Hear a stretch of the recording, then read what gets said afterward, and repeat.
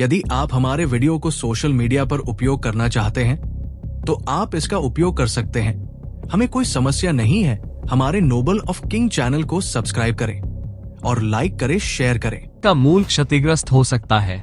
बहुत से लोग सिर्फ इसी वजह से ऐसा करने की कोशिश नहीं करते हैं। जेकिंग ने जवाब दिया और उसने अपने चेहरे पर एक अनजान भाव के साथ अपना हाथ उठाया।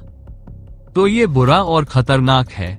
डार्क फेयरी मिंगलैंड ने जीकिंग से पूछा, क्योंकि वह मानव रीति रिवाजों और इन चीजों के आंतरिक कामकाज के बारे में ज्यादा नहीं जानती थी। ये खतरनाक है, लेकिन उन लोगों के लिए नहीं जो वास्तव में तालमेल में है। और अगर दो लोग इसे सफलतापूर्वक कर सकते हैं तो उन्हें बहुत लाभ मिलता है। मुझे लाभों के सटीक विवरण के बारे में नहीं पता है, लेकिन मैंने सुना है कि यह एक तितली को स्वर्गीय तितली में बदल सकता है। जेकिंग ने मिंग्यू को देखते हुए जवाब दिया। मुझे आश्चर्य है कि क्या हम आज ऐसा होते हुए देखेंगे। मुझे उन पर विश्वास है, लेकिन मुझे उम्मीद है कि वे जोखिम नहीं लेंगे। उसने दक्ष की ओर देखा और बुदबुदाया। बाकी लड़कियां भी चिंता में उनकी तरफ देखने लगी और सोचने लगी कि क्या दक्ष और जीकिंग वाकई ऐसा कर रहे थे। क्या वो उसकी बीमारी ठीक करने के लिए ऐसा कर रहे थे? तारानकन तारानकन तारानकन तारानकन। दक्ष अभी भी मिंग्यू के मार्शल स्पेस के अंदर था, अभी भी उसके चमकते हुए गोल्डन कोर को छू रहा था। जून दक्ष की आध्यात्मिक आत्मा के माध्यम से प्राप्त जानकारी का उपयोग मिंग्यू के स्वर्ण कोर की संरचना को समझने के लिए कर रही थी, ताकि यह समझ सके कि वहां दरारें क्यों थी। इसमें सैकड़ों संभावनाएं थी, क्योंकि कई बीमारियां थीं जिनसे साधक भी अमरता साधक बने बिना नहीं बच सकते थे, और उनमें से कुछ का संबंध कोर या उनके शरीर से था। मुझे समझ आ गया, तुम उसके कोर को मुक्त कर सकते हो, जून ने दक्ष से कहा। दक्ष ने अपनी आंखें खोली और उसने अपना हाथ हिलाया। दक्ष ने अपना हाथ मिंग्यू के दिल से हटा लिया और वापस उड़ गई। वो वापस जमीन पर आ गिरा। उसके मूल में क्या समस्या है और मैं उसे कैसे ठीक कर सकता हूँ? दक्ष ने जून से पूछा। ये किसी विकृति या उसके कमजोर कोर के कारण नहीं है, बल्कि यह अतिरिक्त ऊर्जा के कारण है, जून ने दक्ष को बताया। अतिरिक्त ऊर्जा, इसका क्या मतलब है? दक्ष ने चेहरे पर जिज्ञासा के साथ जून से पूछा। जहां तक मेरा अनुमान है, इसका उसके पूर्वजों की वंशावली से कुछ संबंध अवश्य है, जून ने दक्ष से कहा। उसकी पैतृक वंशावली, इसका क्या मतलब है? दक्ष ने जून से पूछा, क्योंकि वो समझ नहीं पाया था कि वह क्या कहना चाह रही थी। दिव्य ओरेकल फिजिक की गुणवत्ता कुछ ऐसी है जिसके बारे में आप पहले ही बता चुके हैं। उन्हें सबसे मूल्यवान फिजिक में से एक माना जाता है, क्योंकि वे उपयोगकर्ता को भविष्य देखने में मदद कर सकते हैं, लेकिन इसके अपने नुकसान भी हैं। नुकसान ये है कि उनकी साधना की गति आमतौर पर उनकी प्रतिभा की तुलना में कम होती है, जून ने दक्ष को समझाया। उस बारे में क्या इसका मतलब यह नहीं है कि यहाँ उसकी शारीरिक बनावट खेल रही है, उसके लिए ये सब मुश्किल बना रही है? दक्ष ने उससे पूछा, क्योंकि उसे अभी भी समझ नहीं आया था। नहीं, मैं ये कहने की कोशिश कर रही हूँ कि आमतौर पर एक दिव्य ओरेकल फिजिक को शरीर की ऊर्जा को नियंत्रित करने और उसे नियंत्रण में रखने में सक्षम होना चाहिए, लेकिन मुझे लगता है कि उसके साथ कुछ अलग है। हो सकता है कि उसका दोहरा शरीर हो, जून ने दक्ष को गंभीर स्वर में बताया। दोहरी काया? क्या मैं यही सोच रहा हूँ? उसके पास दो प्राचीन काया थी, दक्ष ने पूछा और उसके भाव बदल गए। उन्होंने सुना था कि किसी व्यक्ति का एक दुर्लभ शरीर के साथ पैदा होना कितना दुर्लभ है, लेकिन किसी व्यक्ति का दो शरीर के साथ पैदा होना, ये तो और भी दुर्लभ बात होगी। हाँ, उसके दोहरे शरीर से मेरा मतलब बिल्कुल यही था। उसके पास दो विशेष शरीर है, उनमें से एक दिव्य ओरेकल शरीर है और दूसरे को दिव्य ओरेकल शरीर जैसी विशेष शारीरिक संरचना के कामकाज में हस्तक्षेप करने में सक्षम होने के लिए दूसरे को कम से कम उसी स्तर पर होना चाहिए, या कम से कम दिव्य ओरेकल शरीर से बहुत कम नहीं होना चाहिए। किसी भी मामले में उसका दूसरा शरीर भी वास्तव में विशेष होना चाहिए, जून ने दक्ष को देखते हुए कहा।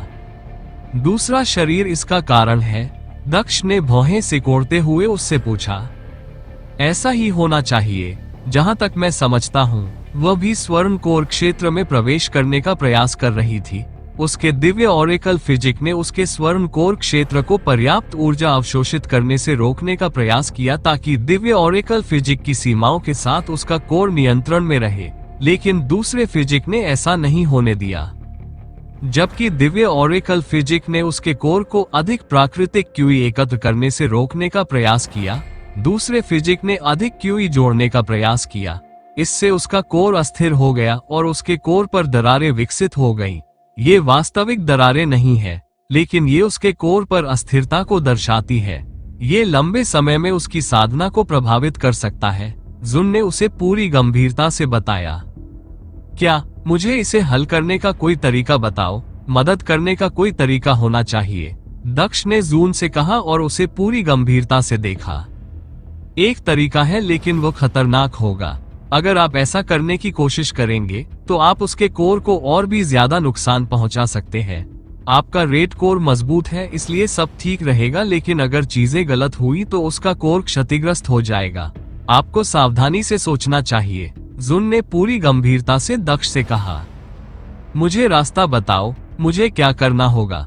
किसी भी चीज पर निर्णय लेने से पहले मुझे सब कुछ समझना होगा, दक्ष ने उससे पूछा। वो बिना सोचे समझे काम में नहीं उतरना चाहता था। अगर इलाज बीमारी से ज्यादा खतरनाक था तो गंभीरता से विचार करने की जरूरत थी। आपको आध्यात्मिक संभोग की आवश्यकता है, जून ने उसे सीधे कहा। यह क्या बकवास है? दक्ष ने असमंजस में पूछा। जैसे तुमने अपनी चेतना से उसके मार्शल क्षेत्र में एक आध्यात्मिक अवतार बनाया, वैसे ही उसे भी अपना आध्यात्मिक अवतार बनाने की जरूरत है। तुम दोनों को उसकी मार्शल आत्मा के ठीक सामने यहाँ संभोग करने की जरूरत है। जब तुम ऐसा करोगे तो तुम्हारा आध्यात्मिक अवतार उसकी पहुंच ऊर्जा को अवशोषित करना शुरू कर देगा और यह उसके मूल को स्थिर करेगा। यह उसके मार्शल स्पेस में करना जरूरी है, क्योंकि अगर तुम इसे अपने स्पेस में करोगे तो विपरीत प्रभाव होंगे, जुन ने दक्ष से कहा। तुमने जिन खतरों की बात की थी उनके बारे में क्या? मैं उनसे कैसे बच सकता हूँ? अगर ऐसी चीजें हैं तो कोई रास्ता तो होना ही चाहिए, दक्ष ने जुन से पूछा। इससे बचने का कोई रास्ता नहीं है। उसका दिल तभी सुरक्षित रहेगा जब तुम उसके साथ आध्यात्मिक संभोग करोगे। ये तब होगा जब तुम दोनों सही आत्मिक तालमेल में होंगे, जो तुम्हारे विश्वास और प्यार पर निर्भर करता है, जुन ने दक्ष से कहा। यदि आपके प्यार और विश्वास में 1% भी अशुद्धता है तो यह उसके लिए दुष्प्रभाव पैदा करेगा। यह उसके लिए भी वैसा ही है। यदि उसके प्यार और विश्वास में 1% भी अशुद्धता है तो यह उसके लिए दुष्प्रभाव पैदा करेगा, क्योंकि आपका मूल उससे अधिक मजबूत है, जून ने दक्ष को पूरी गंभीरता से बताया। आध्यात्मिक संभोग, आत्मा का तालमेल, मैं इसे कैसे संभव बना सकता हूँ? दक्ष ने जून से पूछा। क्या मुझे सिर्फ सामान्य रूप से सेक्स करना चाहिए जब उसकी चेतना आध्यात्मिक रूप में हो, या मुझे कुछ और भी करना चाहिए? दक्ष ने उससे सुनिश्चित करने के लिए पूछा। आप इस तरह से आध्यात्मिक संभोग कर सकते हैं, इसलिए यह कोई समस्या नहीं है। जब तक आप उसके आध्यात्मिक रूप के साथ संभोग करते हैं, ये सफल होगा। लेकिन आत्मा का तालमेल अलग है। यह आत्मा की अनुकूलता और दो आत्माओं के बीच सच्चे विश्वास और प्रेम से संबंधित है, जुन ने दक्ष को बताया। ये भी ठीक होना चाहिए। मैं उस पर भरोसा करता हूँ और वह मुझ पर भरोसा करती है। हमारे प्यार में भी कोई समस्या नहीं है।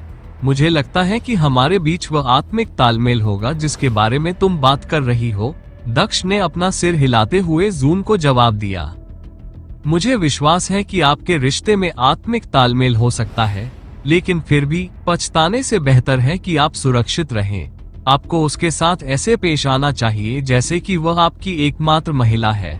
आप और वह इस धरती पर केवल 2 प्राणी हैं और आप सभी उसके हैं। किसी भी चीज की चिंता न करें, बस इसे अपनी पहली हनीमून के रूप में सोचें, ऐसी दुनिया में जहां आपकी केवल एक पत्नी है, जुन ने उससे कहा। केवल तभी आपके पास आत्मा के तालमेल के सफल होने की अधिकतम संभावना हो सकती है, उसने दक्ष को सूचित करते हुए कहा। मैं समझता हूँ कि मुझे क्या करना है। मैं सावधान रहूंगा। मुझे उन्हें अभी सूचित करना चाहिए, दक्ष ने सिर हिलाते हुए उससे कहा। उन्होंने अपने आध्यात्मिक शरीर को पुनः चेतना में परिवर्तित कर लिया तथा मार्शल स्पेस से निकलते ही पुनः अपना शरीर त्याग दिया। दक्ष मिंग्यू के मार्शल स्पेस से बाहर आया और धीरे से अपनी आंखें खोली। पहली चीज जो उसने देखी वह थी मिंग्यू का लाल चेहरा जो कुछ हद तक शर्मिंदा लग रहा था। वह सोच में पड़ गया कि आखिर हुआ क्या है। क्या उसने सुना कि वह उसके साथ क्या करना चाहता था या कुछ और था? दक्ष ने अपना मुंह खोला और उससे सीधे पूछने का फैसला किया। तुम इतनी शर्मिंदा क्यों दिख रही हो? दक्ष ने उससे पूछा। पब फ्यूचर द्वारा विज्ञापन। मिंग्यू ने अपनी खूबसूरत आंखें खोली और दक्ष की ओर देखा। कुछ नहीं, उसने कहा और उसके चेहरे पर शर्मिंदगी का भाव था और उसने अपना सिर हिलाया। उसने उसे यह नहीं बताया कि दक्ष के उसके मार्शल स्पेस में प्रवेश करने के बाद कुछ ऐसा हुआ था जिससे वह उत्तेजित हो गई थी। वह नहीं जानती थी कि ऐसा इसलिए हुआ क्योंकि दक्ष ने उसके गोल्ड कोर को छुआ था।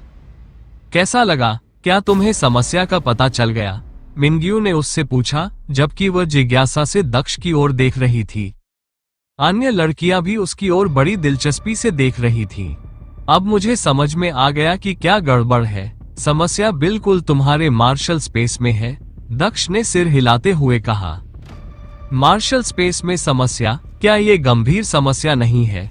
जी किंग ने पूछा और उसने बात में शामिल होते हुए कहा। इससे उसे साधना के बारे में समझ में आया। एक साधक दो तरह की बीमारियों से गुजर सकता है।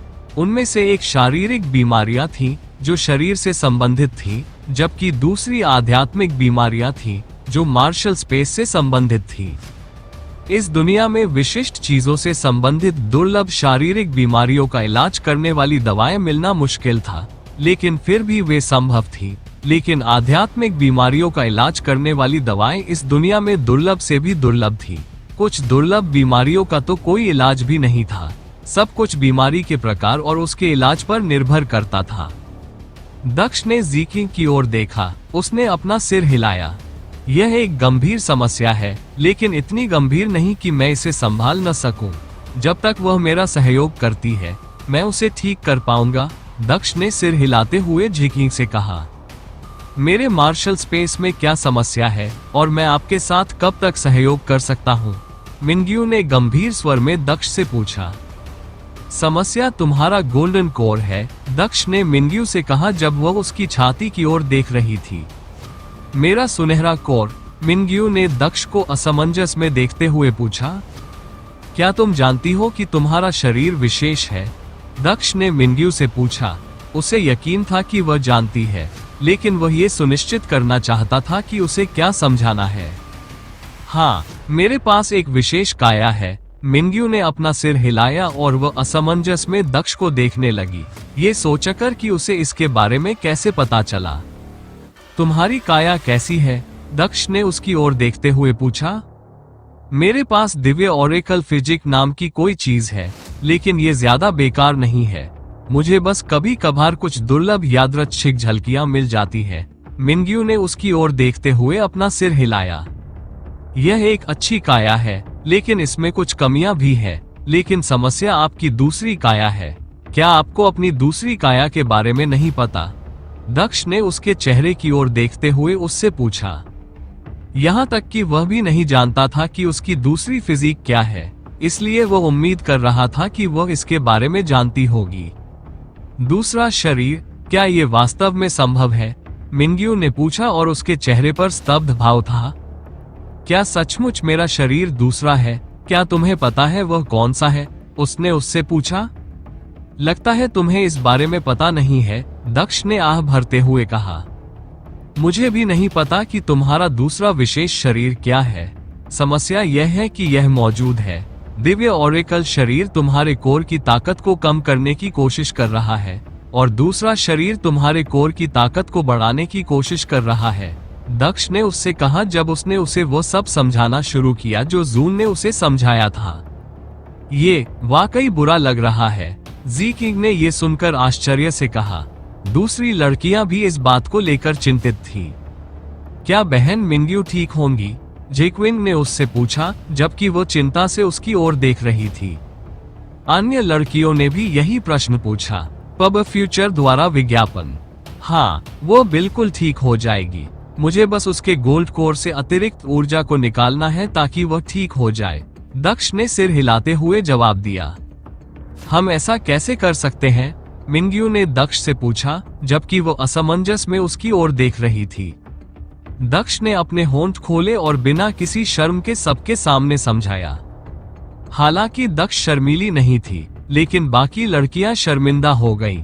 वे अपने लाल चेहरों के साथ दक्ष को देखने लगी और उसके शब्दों के बारे में सोचने लगी। लेकिन ये खतरनाक है, क्या तुम्हें यकीन है? ज़ीक्विन ने उससे पूछा, क्योंकि उसे इसके खतरों के बारे में थोड़ा बहुत पता था। मैं तैयार हूँ, मिंग्यू ने बिना सोचे समझे सहमति जताते हुए अपना सिर हिलाया। उसे दक्ष पर पूरा भरोसा था। उसके साथ इतना समय बिताने के बाद वो उसे सही तरह से समझ गई थी। वह जानती थी कि वह किस तरह का व्यक्ति है। वो दूसरों के लिए हत्यारा हो सकता है, लेकिन उसके लिए वो सबसे प्यारा पति था जो अपने परिवार की परवाह करता था। दक्ष ने उसे देखा और धीरे से मुस्कुराया। उसने अपना हाथ बढ़ाया और उसके चिकने गालों को छुआ।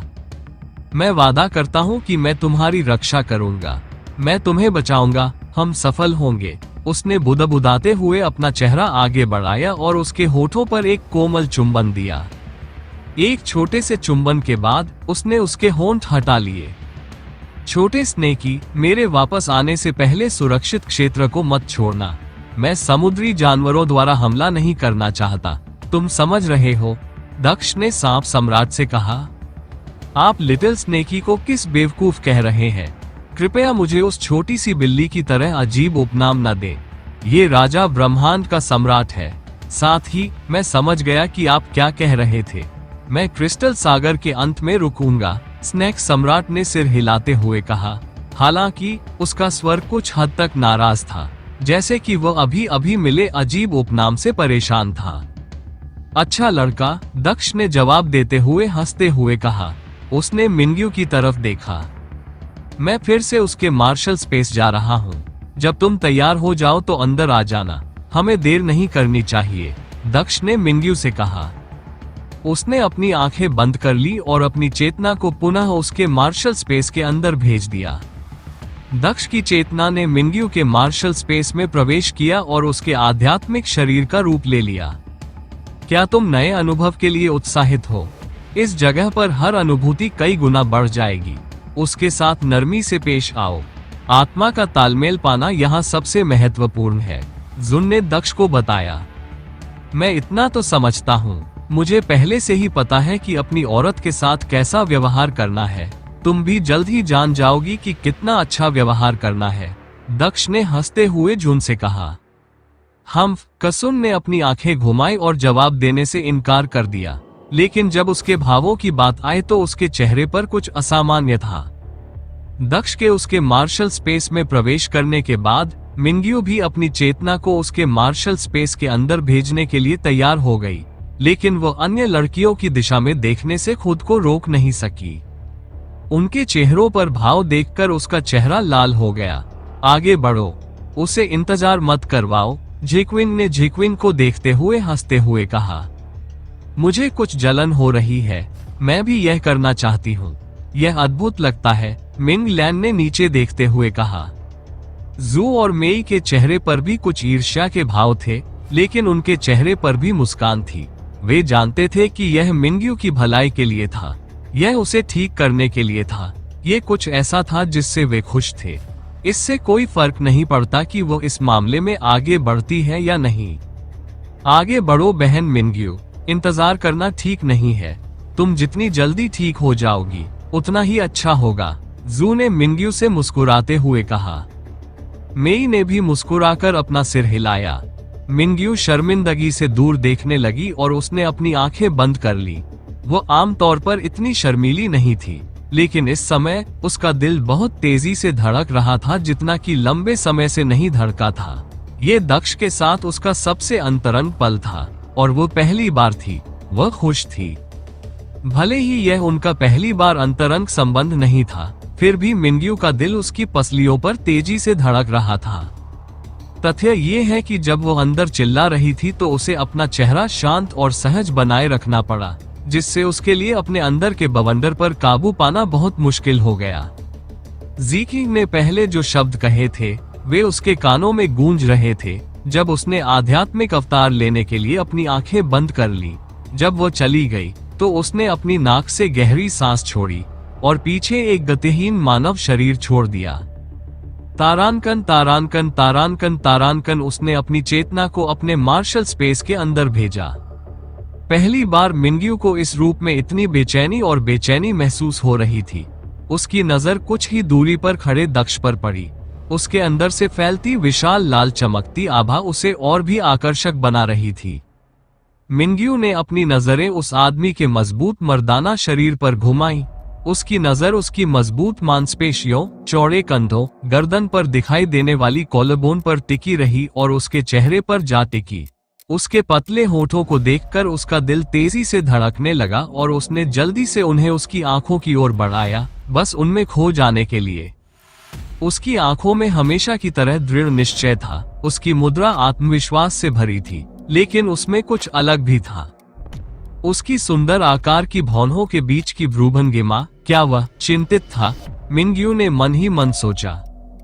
तारांकन तारांकन तारांकन तारांकन जब दक्ष मिंग्यू के मार्शल स्पेस के अंदर इंतजार कर रही थी तो एक आकृति उसके सामने आकार लेने लगी, क्योंकि मिंग्यू उसके सामने प्रकट हुई। वह हमेशा की तरह ही सुंदर दिख रही थी और उससे भी बेहतर। यह उसका आध्यात्मिक अवतार था जो उसकी चेतना का सबसे शुद्ध रूप था। वो दक्ष के सामने खड़ी थी, एक नवविवाहित पत्नी की तरह शर्मिंदा। तारांकन तारांकन तारांकन तारांकन तारांकन दक्ष ने काफी समय तक उस पर ध्यान ही नहीं दिया था, क्योंकि वह पहले अपने आध्यात्मिक रूप में नहीं थी और वह अपने विचारों में खोया हुआ था। क्या होगा अगर वह ऐसा नहीं कर पाया, है ना? क्या होगा अगर उसका कोर क्षतिग्रस्त हो गया? वो आखिरकार कुछ हद तक चिंतित होने लगा था। तारांकन तारांकन तारांकन तारांकन ये सोचकर कि वह उसके लिए चिंतित है, इसका मतलब था कि वह उसकी परवाह करता था, और इस एहसास से मिंग्यू के पेट में तितलियां भर गईं। उसके गुलाब की पंखुड़ी जैसे होठों के कोने पर हल्की सी मुस्कान उभर आई थी, जैसे वह कांपते कदमों से आगे बढ़ रही थी। हर कदम के साथ उसे महसूस हो रहा था कि उसकी धड़कनें तेज हो रही हैं और तितलियां उसके पेट की दीवारों को गले लगाने लगी है। दक्ष की नजरें उस पर पड़ी जब वह अपने आध्यात्मिक अवतार में उससे 2 कदम दूर थी। जिस क्षण उनकी नजरें एक दूसरे से टकराई, अचानक उसकी सारी चिंताएं हवा में उड़। यदि आप हमारे वीडियो को सोशल मीडिया पर उपयोग करना चाहते हैं तो आप इसका उपयोग कर सकते हैं। हमें कोई समस्या नहीं है। हमारे नोबल ऑफ किंग चैनल को सब्सक्राइब करें और लाइक करें, शेयर करें। उड़ गई। मिंग्यू ने अपने चारों ओर की दुनिया को महसूस किया और जैसे ही प्यार और देखभाल से भरी सुनहरी आंखों की एक जोड़ी ने उसकी खूबसूरत आंखों को देखा, वो रुक गई। लड़की की डरपोक किंतु प्यार भरी निगाहों ने तुरंत दक्ष को शांत कर दिया। ऐसा लगा जैसे उसने अभी अभी सुखदायक जेल की एक बाल्टी में स्नान किया हो। दोनों के होंठ एक साथ फड़कने लगे और एक मुस्कान सी उभर आई। ऐसा लग रहा था मानो उनकी हरकतें एक ही तंत्रिका से जुड़ी हुई हो और एक ही कारण से हो रही हो। मिंग्यू ने उसके होठों पर हल्की मुस्कान देखी और उसके गाल गर्म और लाल हो गए। उसने जल्दी से अपनी आंखें नीचे कर ली। दूसरी ओर दक्ष ने उसके बदलाव को देखा। मिंग्यू का ये शर्मीला और प्यारा रूप उसे अपनी बाहों में पकड़ने और कभी न छोड़ने के लिए मजबूर कर रहा था। अवचेतन रूप से उसने एक कदम आगे बढ़ाया और उसका हाथ उसके गाल तक पहुंच गया। जैसे ही एक ठंडा हाथ उसके गर्म गालों पर पड़ा, मिंग्यू को अपनी रीढ़ की हड्डी में ठंडक महसूस हुई और उसने ऊपर देखा। जैसे ही उसने ऊपर देखा, वो चौंक गई, क्योंकि उसके होंठ बिना किसी चेतावनी के उसके होठों पर आ गए। उसकी आंखें बड़ी हो गईं और झटके के कारण उसकी पुतलियां फूल गईं। लेकिन जैसे ही दक्ष ने अपना सिर एक तरफ झुकाया और चुंबन को गहरा किया, उसने पाया कि उसने अचानक उन्हें बंद कर लिया। चुंबन धीमा, नरम था और ऐसा महसूस हुआ जैसे दक्ष उसे हर बार प्यार कर रहा था जब उनके होंठ एकदम सही तालमेल में चलते थे, जिससे वे दोनों एक दूसरे में खो जाते थे। उसके मीठे होंठ और मधुर सुगंध ने दक्ष को और भी उत्तेजित कर दिया। हर बीतते सेकंड के साथ चुंबन गहरा होता गया और पहले से ज्यादा जोशीला होता गया। ऐसा लग रहा था जैसे वह उस एक चुंबन के जरिए उससे अपने सारे प्यार का इजहार करवाना चाहता था। मिंग्यू का सिर उस भावुक चुंबन से चक्कर खाने लगा, क्योंकि उसका पूरा शरीर उसके चुंबन की तीव्रता पर प्रतिक्रिया कर रहा था। जब दक्ष ने उसके निचले होंठ को काटा तो उसके पूरे शरीर में बिजली की एक लहर दौड़ गई, जिससे वह कांप उठी और उसके अंदर कराह उठी। उसने अपने नाखूनों से दक्ष की गर्दन को दबा दिया ताकि उसे महसूस हो रहे चक्कर को दबा सके। इस क्रिया के परिणामस्वरूप ज्वालामुखी विस्फोट हुआ, जिससे दक्ष के अंदर वासना भड़क उठी, लेकिन उसके प्रयास केवल प्रेम से भरे थे क्योंकि उसने अपनी जीभ को धीरे से उसके मुंह के अंदर प्रवेश कराया। जिस क्षण उनकी जीभें आपस में टकराईं, मिंग्यू का दिल धड़क उठा। उसकी लंबी पलकें अचानक हिल गईं और उसके मुंह को छोड़कर उसका पूरा शरीर लकवाग्रस्त हो गया।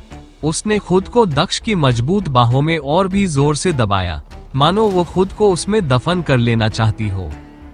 दक्ष के होठों पर एक मुस्कुराहट उभरी, क्योंकि उसने अपनी जीभ से मुंह को सेंटीमीटर दर सेंटीमीटर खंगालकर उसे और छेड़ा।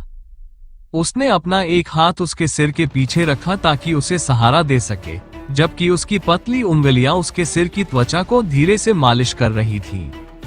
उसने यह इतनी कोमलता और सावधानी से किया कि उसे लगा कि उसे डर था कि वह उसके स्पर्श से टूट जाएगी। दक्ष का दूसरा हाथ उसकी कमर के पीछे चला गया। उसने आसानी से उसकी कमर और पीठ पर बंधी रिबन को खोल दिया, बिना उनका चुंबन तोड़े। एक बार जब वह समाप्त हो गया तो दक्ष ने उग्र, भावुक चुंबन को धीमा कर दिया और पीछे के गाउन के माध्यम से उसकी नंगी त्वचा पर अपना हाथ चलाना शुरू कर दिया। जैसे ही उसकी उंगलियां उसकी कोमल त्वचा पर घूमी, मिंग्यू की त्वचा में झुनझुनी हुई, जिससे उसके बाल सीधे खड़े हो गए। उसके थके हुए दिमाग में एक चमकदार रोशनी दौड़ गई जब उसने पाया कि वह उसके स्पर्श से कांप रही है। उसने अपना हाथ आगे बढ़ाया और उसकी गर्दन और कंधे पर अपनी पकड़ मजबूत कर ली, जैसे कि वह उसके आलिंगन में पिघल जाएगी। दक्ष ने अपने होठों को उसके होठों पर जोर से दबाया और पंखुड़ियों को अलग अलग चूसा। उसने दोनों हिस्सों को एक साथ आखिरी बार अंदर लेने के बाद दूर जाने का फैसला किया, लेकिन उसके होंठ किसी घातक मादक शराब की तरह नरम रूप में महसूस हो रहे थे, जो उसे एक पल के लिए भी अपना सिर हिलाने से रोक रहा था। दक्ष की भौहें सिकुड़ गईं क्योंकि उसने अपनी इच्छा शक्ति के आखिरी हिस्से से खुद को उसके मीठे होठों से दूर करने के लिए धक्का दिया। लेकिन जब उसने दूर जाने की कोशिश की तो मिंग्यू की पकड़ अचानक से उस पर मजबूत हो गई, जैसे कि वह अवचेतन रूप से उसे दूर जाने से मना कर रही हो। लड़की के पसीने से तर लेकिन गर्म गालों को अपने एक हाथ से सहलाते हुए उसके होठों पर मुस्कान आ गई। जब उसने अपनी पलकों के नीचे से उसे देखा तो उसके होंठ कांप उठे। दोनों की सांसें चित्रों में उभर आईं। उसने उन्हें अपनी हथेलियों के बीच में रखा और उसकी सुनहरी आंखें सीधे उसकी आंखों में घुस गईं। दक्ष की आंखों में कई अलग अलग भावनाएं थीं जो उसके दिल में छिपी थी, लेकिन प्यार और देखभाल सबसे ज्यादा झलक रही थी, दूसरों पर हावी हो रही थी, जिससे मिंग्यू का दिल गर्म हो गया और वह भी मुस्कुरा दी। उसकी बड़ी हथेलियों के बीच उसका लाल चेहरा सुहावना लग रहा था, जबकि उसके फूले हुए होठों ने एक गर्म मुस्कान फैला दी थी, जिससे दक्ष को ऐसा महसूस हुआ जैसे वो अभी स्वर्ग में चढ़ गया हो। लड़की के लाल होंठ कांपने लगे और उसके मुंह से 8 अक्षर निकले। कर्कश आवाज में उसने उखड़ी हुई सांसों के बीच फुसफुसाते हुए कहा, आई लव यू। दक्ष का दिल तुरंत धड़क उठा और उसके चेहरे पर एक बड़ी मुस्कान आ गई। उसकी आंखें चमक उठी और उसने अपने कार्यों से जवाब दिया। भले ही उन दोनों ने अभी तक वास्तविक आत्मा तालमेल शुरू नहीं किया था, लेकिन मिंग्यू के गोल्डन कोर ने पहले ही अपनी ऊर्जा जारी करना शुरू कर दिया था, जिसे दक्ष के लाल कोर द्वारा लालच से अवशोषित किया जा रहा था। मिंग्यू का कोर चमकने लगा जब वो दक्ष के साथ निकट संपर्क में आए। उनकी आत्माएं और दिल एक दूसरे से मेल खाने लगे। एक दूसरे के शरीर का कोमल स्पर्श पाकर उनके हृदय प्रेम और आश्चर्य की मधुर भावनाओं में डूबने लगे। तारानकन तारानकन तारानकन तारानकन। बाहर की दुनिया में दक्ष और मिंग्यू अभी भी एक दूसरे के सामने स्थिर बैठे थे। मिंग्यू की सांसें तेज चल रही थीं, जबकि दक्ष की सांसें ज्यादा एक जैसी थीं। जू, मेई, मिंग, लैन और जीकिंग ने उन्हें गौर से देखा और सोचा कि वे उसके मार्शल स्पेस के अंदर क्या कर रहे होंगे। तारानकन तारानकन तारानकन तारानकन। दक्ष ने मिंग्यू को अपनी बाहों में खींच लिया और उसे जमीन पर लिटा दिया। यह इतनी जल्दी हुआ कि उसे प्रतिक्रिया करने का कोई समय ही नहीं मिला। एक बार जब वह उसके नीचे लेट गई तो उसने अपनी उंगलियों को उसके चेहरे पर हल्के से घुमाया। मिंग्यू ने अपनी आंखें कसकर बंद कर ली क्योंकि वह अपने नंगे शरीर पर उसके हाथ को फिराने का आनंद लेने लगी। उसके शरीर से चमकीली नारंगी रोशनी चमक रही थी क्योंकि वह उसके कोमल स्पर्श के नीचे मुस्कुरा रही थी। दक्ष अब और विरोध नहीं कर सका और अपने होंठ उसकी त्वचा पर ले गया। जिस क्षण उसके होंठ उसकी गर्दन की कोमल पीली त्वचा को छूते हैं, मिंग्यू ने कराह को रोकने के लिए अपने होंठ काट लिए। उसने अपनी मुठियां इतनी कस ली कि उसके नाखून लगभग उसके मांस में धंस गए। दक्ष को लगा कि वह थोड़ी कांप रही है और उसके अंदर की आग और भी बढ़ गई। उसने उसकी त्वचा को चूसा और यहाँ वहाँ छोटे छोटे चुंबन दिए, जबकि वह लगातार उसकी कोमल त्वचा को कुतर रहा था। दक्ष के खुरदुरे हाथ उसके गाउन पर धीरे धीरे घूम रहे थे। उसने एक हाथ से उसके फूलों की मालिश की, जबकि उसके होठों ने मीठी यातना जारी रखी। उसके कार्यों से वह कांप उठी, जैसे किसी अज्ञात सनसनी ने उसे सिर से पैर तक झकझोर दिया हो और वह किसी अथाह आनंद में लिप्त हो गई हो। मिंग्यू के सूजे हुए लाल होठों से लगातार कराहें निकलने लगी और उसकी जांघों के बीच जलन होने लगी, और उसकी कराहटों ने दक्ष के छोटे दोस्त को जानवर का रूप लेने के लिए प्रेरित किया। पब फ्यूचर द्वारा विज्ञापन दक्ष ने मन ही मन गाली दी और मिंग्यू के कपड़ों में अपनी उंगलियां घुसा दी। एक ही झटके में उसने मलमल का गाउन पीछे से फाड़ दिया। मिंग्यू की आंखें खुल गईं और उसका चेहरा लाल हो गया क्योंकि उसने दक्ष के शरीर को ढाल की तरह इस्तेमाल करते हुए खुद को नग्नता से बचाने की कोशिश की। दक्ष ने उसकी झिझक को समझा और जो कुछ भी कर रहा था उसे रोक दिया।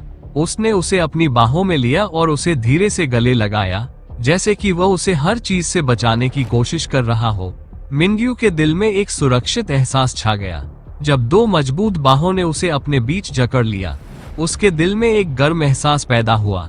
जब उसने अपना सिर उसके दिल से सटा दिया, धप धप धप धप उसके दिल की धड़कनें उसके दिल में गूंजने लगी और उसका शरीर स्वर्गीय धुन के सामने शिथिल हो गया। उसके अंदर किसी तरह का अज्ञात साहस विकसित हुआ। जब उसने अपना हाथ धीरे धीरे उसके लबादे के बटन की ओर बढ़ाया, उसकी यह हरकत दक्ष को पता नहीं चली, लेकिन उसने अनजान बनने का नाटक किया, धैर्यपूर्वक उसके कदम उठाने का इंतजार किया।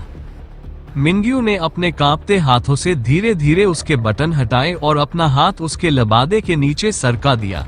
उसकी कसी हुई नंगी त्वचा गर्म और पसीने से भीगी हुई थी, फिर भी इसने मिंग्यू को अकल्पनीय आनंद दिया।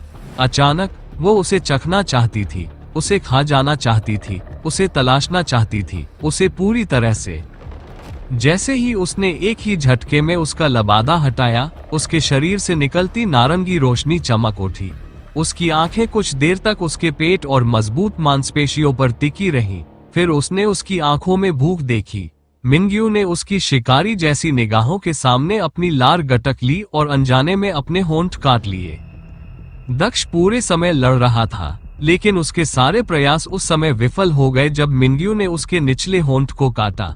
उसने तुरंत अपने होंठ उसके होठों पर रख दिए और दोनों पक्षों की बराबर भागीदारी के साथ उनके बीच एक उग्र चुंबन शुरू हो गया। मिंग्यू का हाथ उसके धड़ से होते हुए उसकी पैंट की ओर चला गया। उसने लौंग की थोड़ी मदद से किसी तरह उसे खोला, जबकि चुंबन जारी रहा। दक्ष ने कपड़े को अपने शरीर के निचले हिस्से से दूर कर दिया और अपने जीवन के प्यार को चूमना जारी रखा, जैसे कि यह आखिरी बार हो जब वह उसे देख रहा हो। हर हरकत में जुनून, देखभाल, प्यार था। मिंग्यू ने पाया कि वह फिर से खो गई है क्योंकि कराहने और उत्तेजना ने उसे अभिभूत कर दिया है। उसने दक्ष की मजबूत बाहों को और जोर से पकड़ लिया और उसका नाम कर्कश स्वर में पुकारने लगी। दक्ष ने उसके होठों पर एक छोटा सा चुंबन छोड़ा और फिर उसके माथे को धीरे से चूमा। उसने उसकी आंखों में देखा और उसकी सहमति मांगते हुए खुद को उसकी जांघों के बीच में रख लिया। मिंग्यू ने उन आंखों को देखा जो उसके लिए जुनून और प्यार से भरी हुई थी। उसके दिल की गर्मी उसके पूरे शरीर में फैलने लगी और उसका दिल प्रत्याशा से तेजी से धड़कने लगा।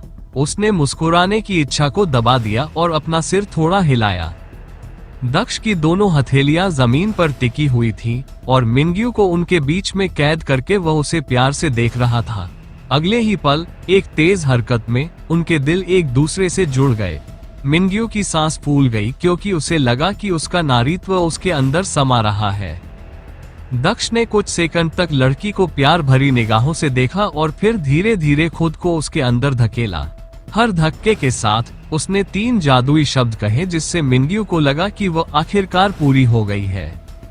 पसीने से लथपथ 2 शरीर एक दूसरे के खिलाफ गति कर रहे थे, जोश के साथ सही लय बनाए रखते हुए अपने चारों ओर प्रज्वलित सुनहरी रोशनी फैला रहे थे। जब वे एक दूसरे से प्यार के मीठे शब्द बोल रहे थे, वे अपनी छोटी सी दुनिया, अपनी भावनाओं और मुख्यतः अपने शुद्ध प्रेम में खोए हुए थे। पब फ्यूचर द्वारा विज्ञापन जैसे जैसे वे एक दूसरे से धीरे धीरे प्यार करते रहे, जैसे कि वे इस दुनिया में केवल 2 प्राणी थे। मिनग्यू का दिल उज्ज्वल और उज्ज्वल होता गया क्योंकि अब और अधिक ऊर्जा जारी हुई। उन्हें अंदर रखने के लिए उनके शरीर के चारों ओर एक ऊर्जा बुलबुला स्थापित किया गया था। दक्ष का लाल कोर मिनग्यू के कोर की ऊर्जा को अवशोषित करता रहा क्योंकि वह उसकी प्रत्येक गतिविधि के साथ आगे बढ़ रही थी। मिनग्यू के कोर के अंदर की अस्थिर ऊर्जा को उसके कोर के अंदर खींच लिया गया, जिससे उसका शरीर और कोर मजबूत हो गया और मिनग्यू के कोर को स्थिर करने में मदद मिली। मिनग्यू के कोर पर दरारें धीरे धीरे गायब होने लगी, जब तक कि उसका कोर पूरी तरह से सामान्य नहीं दिखने लगा। अब उसके शरीर पर एक भी दरार नहीं थी। तारांकन तारांकन तारांकन तारांकन 7 घंटे हो गए हैं। क्या वे वास्तव में इतने लंबे समय से ऐसा कर रहे हैं? मिंग लैन ने झिकविंग से पूछा जब उसने उसकी ओर देखा। बेशक वे हैं, वरना वे इतने लंबे समय तक वहां क्यों रहेंगे? झिकविंग ने सिर हिलाते हुए हंसते हुए कहा। तुम्हें पता होना चाहिए कि वे आध्यात्मिक रूप में हैं। वे थकते नहीं हैं या ऐसा कुछ भी नहीं है। वे जब तक चाहें बिना थके संभोग कर सकते हैं। मैं भी अब ऐसा करना चाहती हूँ। मुझे उससे बहुत जलन हो रही है, झिकविंग ने कहा और उसने मिनग्यू को अपनी आंखों में थोड़ी जलन के साथ देखा। वे थकते नहीं हैं, मिंग लैन ने बड़बड़ाते हुए कहा जब वह इसके बारे में सपने देखने लगी। उसने सोचा कि अगर यह वास्तविक जीवन होता, जब वो दक्ष के साथ होती, तो कैसा होता। दक्ष में उससे ज्यादा सहन शक्ति थी। वह हमेशा पहले थक जाती थी जबकि वह इतनी सारी पत्नियों की देखभाल करने में सक्षम था। उसे उम्मीद थी कि एक दिन उसकी सहन शक्ति उससे बेहतर हो जाएगी। जब वे दक्ष और मिनग्यू का इंतजार कर रहे थे, तो मिनग्यू ने अचानक एक बार फिर जोर से कराहना शुरू कर दिया। एक और आ गया। वे इसे पहले ही 10 बार कर चुके हैं। बस अब खत्म करो, झिकविंग ने दक्ष को देखते हुए कहा। पब फ्यूचर द्वारा विज्ञापन तारांकन तारांकन तारांकन तारांकन। कुछ और मिनट बीत गए और मिनग्यू ने धीरे से अपनी आंखें खोली। वह अपनी मार्शल दुनिया से बाहर आ गई थी और वास्तविक दुनिया में वापस आ गई थी। हालांकि वो ठीक थी, लेकिन वो उन लड़कियों की तरफ देखने की हिम्मत नहीं जुटा पाई क्योंकि वह शर्मिंदा थी। वो समझ गई कि वे क्या सोच रही होंगी। तारांकन तारांकन तारांकन तारांकन, कैसा रहा? क्या तुम सफल हुए? झिकविंग ने मिनग्यू से पूछा। मुझे नहीं पता, मुझे इस बारे में पक्का पता नहीं है, लेकिन मुझे बेहतर महसूस हो रहा है। मुझे अपनी ऊर्जा को बाहर निकालकर देखना चाहिए कि कोई बाधा है या नहीं, मिनग्यू ने झिकविंग से कहा। हाँ, इसका परीक्षण करो। मुझे आशा है कि यह काम करेगा, झिकविंग ने अपना सिर हिलाते हुए कहा। मिनग्यू ने पुनः अपनी आंखें बंद की और अपनी अतिरिक्त ऊर्जा को बाहर निकालने का प्रयास किया, जो उसे दोहरी साधना के कारण प्राप्त हुई थी। जैसे ही उसने अपनी ऊर्जा को बाहर निकालने की कोशिश की, वो मुस्कुराए बिना नहीं रह सकी। कुछ सेकंड बाद उसने अपनी आंखें खोली। ये काम कर गया। अब कोई रुकावट नहीं है। वास्तव में ऊर्जा का प्रवाह पहले से कहीं अधिक सहज है, उसने उत्साह से मुस्कुराते हुए कहा। ओह, वो अच्छा है। बधाई हो बहन यू, वो तो कमाल है। जू, मेई और मिंग लैन ने झिकविंग को बधाई दी। तुम्हें बेहतर परिणाम मिले हैं। इस सोल सिनर्जी को पूरा करने के बाद तुम उसके और भी करीब हो। तुम अब और भी शक्तिशाली हो। तुम्हें उसके साथ अपने जीवन का सबसे अच्छा समय बिताने का मौका भी मिला। हालांकि मुझे आखिरी भाग से जलन हो रही है, झिकविंग ने मिनग्यू से कहा। मुझे बेहतर परिणाम मिला। क्या मैं मजबूत हो गई? उसने मुझे क्यों नहीं बताया कि इसके ये प्रभाव हैं? मिंग्यू ने झिकविंग से पूछा जब उसने दक्ष की ओर देखा। शायद उसने सोचा होगा कि तुम्हें पहले से ही यह पता था। मैंने भी यही सोचा था, झिकविंग ने जवाब दिया। शायद उसने सोचा होगा कि तुम पहले से ही यह जानती हो। मैंने भी यही सोचा था, झिकविंग ने मिंग्यू को जवाब दिया जब वो इस बारे में सोच रही थी। उसने जो समझा उसके अनुसार मिंग्यू को उससे ज्यादा जानकारी थी। उसने खुद भी सोचा कि मिंग्यू को इस बारे में पता होगा। दक्ष के लिए यह मानना कोई बड़ी बात नहीं थी। शायद, मिंग्यू ने दक्ष की ओर देखते हुए कहा, वह क्यों नहीं जाग रहा है? क्या तुमने उसकी आत्मा को पहले ही सुखा दिया है ताकि वो अभी भी अंदर आराम कर रहा हो? झिकविंग ने चिढ़ाते हुए पूछा। नहीं, उसकी चेतना पहले ही मेरे मार्शल स्पेस से निकल चुकी है। मुझे नहीं पता कि वह क्यों नहीं जाग रहा है। क्या कुछ हुआ होगा? मिंग्यू ने चिंतित स्वर में उत्तर दिया और दक्ष की ओर देखा। अन्य लोग भी चिंतित होकर दक्ष की ओर देखने लगे। तारानकन तारानकन तारानकन तारानकन तारानकन, जबकि लड़कियां इस बात को लेकर चिंतित थी कि दक्ष क्यों नहीं उठा। दक्ष की चेतना उसके अपने मार्शल स्पेस के अंदर थी। वह लाल कोर के सामने खड़ा होकर ये देखने की कोशिश कर रहा था कि मिंग्यू के कोर की अतिरिक्त ऊर्जा को अवशोषित करने के बाद उसके कोर में कोई परिवर्तन हुआ है या नहीं। जैसे ही उसने अपने कोर को देखा, उसे लगा कि यह और भी ज्यादा ऊर्जावान है। कोर और भी ज्यादा लाल और शक्तिशाली लग रहा था।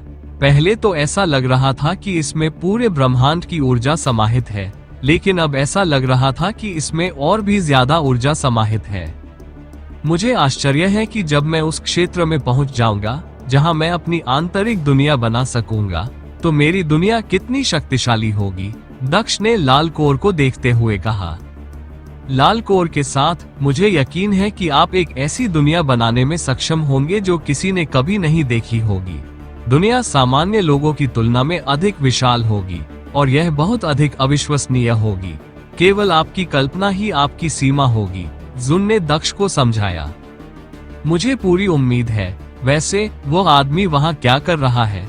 दक्ष ने जून से पूछा जब वह अपने हॉट डेविल की ओर देख रहा था, जो एक वफादार सेवक की तरह एक घुटने पर अपनी मार्शल सोल के पास बैठा था। जब वह आदमी यहाँ आया था तो वह इतना प्रभावशाली था कि उसने मुझे कई बार अपना उद्देश्य खो दिया था। मैं उससे नफरत करता था, और जब आपने कहा कि वह विकसित हो रहा है और मेरे लिए अपनी भावनाओं को नियंत्रित करना और भी मुश्किल होगा, तो मैं वास्तव में चिंतित था। हालांकि एक पूरी तरह से अलग बात हुई। अधिक क्रूर होने के बजाय वो चतुर हो गया और मुझे परेशान करना बंद कर दिया। जैसे जैसे समय बीतता गया, उसकी भागीदारी और भी कम होती गई और अब तो ऐसा लगता है कि वह अस्तित्व में ही नहीं है। क्या तुमने नहीं कहा था कि समय के साथ वह और भी अधिक क्रूर होता जाएगा और मैं खतरे में पड़ जाऊंगा? दक्ष ने झुन से पूछा। ऐसा क्यों है कि मैंने इसका बिल्कुल उल्टा देखा। समय के साथ ये कम खतरनाक होता गया और अब ये हिलता भी नहीं है। क्या तुम मुझे कड़ी मेहनत करवाने के लिए मेरी टांग खींच रहे थे? दक्ष ने पूछा। नहीं, मैं इस बारे में क्यों मजाक करूंगी। मुझे इस बारे में जो जानकारी मिली थी उसके अनुसार इसे ऐसा ही करना चाहिए था। ये हॉट डेविल एक वास्तविक शैतान था। मुझे भी नहीं पता कि यह ऐसा कैसे बन गया, जून ने उलझन में देखते हुए जवाब दिया।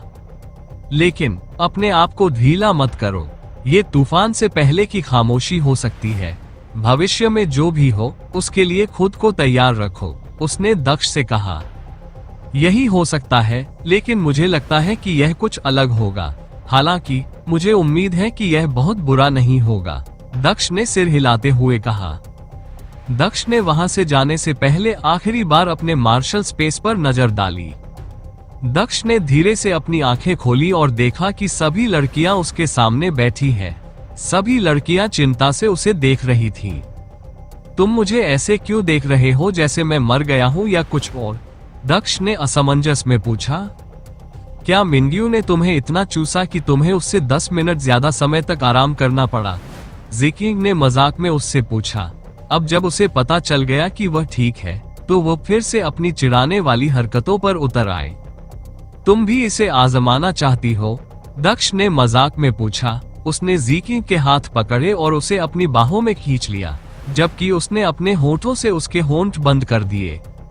जीक्विंग इतनी स्तब्ध थी कि उसे पता ही नहीं चला कि क्या हुआ, इससे पहले कि एक गर्म होठों ने उसके होंठ बंद कर दिए। फ्रेंड्स, आप सभी से रिक्वेस्ट है कि मेरे बैकअप चैनल को भी सब्सक्राइब कर ले। अगर इस चैनल को कुछ भी होता है तो आगे की स्टोरी मेरे backup channel all novel explainer और सुपर एफएम स्टोरी पर अपलोड होगी, और मेरे Telegram channel novel story teller को भी ज्वाइन कर ले, लिंक डिस्क्रिप्शन में है। और अगर आप इस स्टोरी का नेक्स्ट एपिसोड जल्दी चाहते हैं तो वीडियो को ज्यादा से ज्यादा लाइक और कमेंट करें। दक्ष ने उसे छोड़ने से पहले कुछ मिनट तक उसे चूमा। तुम्हारी सांस इतनी फूली हुई क्यों है? क्या तुम सच में कह रही हो कि मैंने तुम्हें सिर्फ एक चुंबन से पूरी तरह चूस डाला? दक्ष ने जीक्विंग के लाल गालों पर हाथ रखते हुए पूछा। वो उसे उसकी ही भाषा में जवाब दे रहा था। वैसे भी आपकी चिंताओं का जवाब देने के लिए मैं पूरी तरह से निराश नहीं हुआ था। मैं अभी भी आप सभी के साथ ऐसा कई बार कर सकता हूँ। मैं बस अपने मार्शल स्पेस के चारों ओर देख रहा था, दक्ष ने अपना सिर हिलाते हुए कहा। अगर तुम्हारी छेड़खानी खत्म हो गई है तो क्या ये राजा आगे बढ़ सकता है? मैं यहाँ बोर हो रहा हूँ। दक्ष ने अचानक सांप सम्राट की क्रोधी आवाज सुनी। ओह, हम पहले से ही क्रिस्टल समुद्र के किनारे पर हैं? दक्ष ने चारों ओर देखते हुए पूछा, और वह सही था। वे सुरक्षित क्षेत्र के किनारे पर खड़े थे जहाँ समुद्री राक्षस दिखाई नहीं देते थे। उसे याद आया कि उसने सांप सम्राट से कहा था कि वह मिंग्यू के मार्शल क्षेत्र से बाहर निकलने से पहले सुरक्षित क्षेत्र से न गुजरे, और सांप सम्राट ने उसकी बात मान ली। तुमने मेरी बात सुनी, यह अच्छी बात है। खैर, तुम आगे बढ़ सकते हो, हमारा काम यहीं समाप्त हो गया। दक्ष ने सांप सम्राट से आगे बढ़ने के लिए कहा। सांप सम्राट ने फिर से उड़ना शुरू कर दिया। अब तुम्हें कैसा लग रहा है? क्या वो समस्या अभी भी है? दक्ष ने मिंग्यू से पूछा। नहीं, ये समस्या हल हो गई है। वास्तव में मैं पहले से कहीं बेहतर महसूस कर रही हूँ, मिंग्यू ने मुस्कुराते हुए कहा। यह अच्छी बात है, दक्ष ने अपना सिर हिलाया। ओह, ठीक है। उसकी समस्या सुनने से पहले आप किसी चीज के बारे में बात कर रहे थे, वह क्या था? जीक्विंग ने दक्ष से पूछा। किस बारे में बात कर रही थी? दक्ष ने उससे पूछा। उसे याद नहीं था कि वह क्या कहना चाह रही थी। जब तुमने कहा कि मिंग्यू की समस्या के बारे में सुनने के बाद तुम्हें हमसे कुछ महत्वपूर्ण बात करनी है, मैं उसी के बारे में बात कर रहा हूँ, जीक्विंग ने दक्ष से पूछा। ओह, मुझे याद आ गया, यह सही है।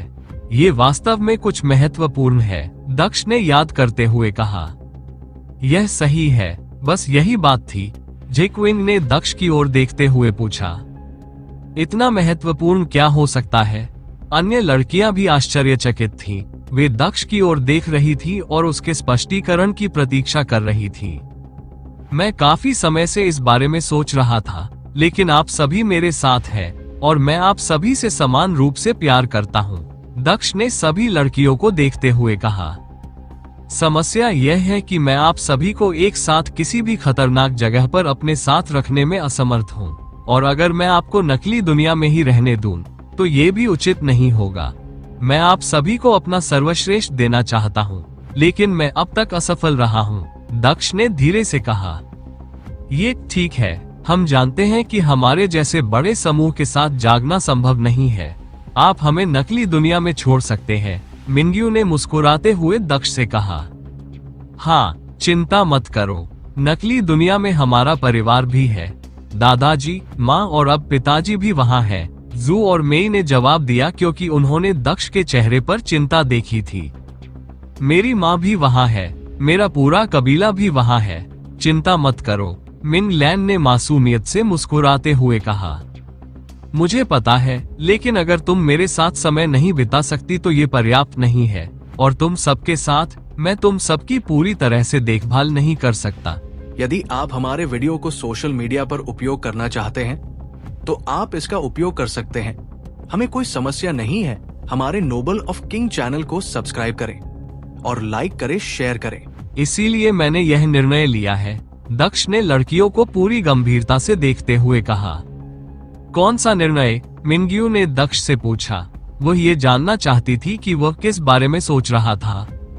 मैं साझा करने के बारे में सोच रहा था, जैसे कि आप में से प्रत्येक के लिए एक निश्चित समय तय करना। यह 1 या 2 दिन हो सकता है, इससे अधिक समय भी उतना ही बुरा होगा, दक्ष ने आह भरते हुए कहा। आह, तो तुम्हारा मतलब है कि हम में से एक को 2 दिन अपने पास रखना, फिर दूसरे को, और फिर इसी तरह। ये किसी भी तरह की निजता न मिलने से बेहतर लगता है। जी किंग ने तुरंत सहमति जताई। यही तो वह चाहती थी। वह अपना समय दक्ष के साथ बिताना चाहती थी, और वह चाहती थी कि वह समय सिर्फ उसका हो, लेकिन वह नहीं चाहती थी कि उसे गलत समझा जाए, इसलिए उसने कभी कुछ नहीं कहा। जब दक्ष ने इस विचार के बारे में बात की, तो ऐसा लगा जैसे उसने उसके विचार पढ़ लिए हों। जू और मेई भी उत्साहित थीं, क्योंकि वे वहां सबसे कमजोर और सबसे चुप रहने वाली लड़कियां थीं जो ज्यादा कुछ नहीं बोलती थीं। इस तरीके से उनके पास दक्ष के साथ बिताने के लिए 2 दिन होंगे, और वे किसी की भावनाओं को ठेस पहुंचाने के बारे में सोचे बिना उसके लिए पूरी तरह से मौजूद होंगी। मिंग लैन के चेहरे पर भी चमक थी, क्योंकि वह दक्ष के साथ आने के बाद उसके साथ कोई निजी समय नहीं बिता पाई थी।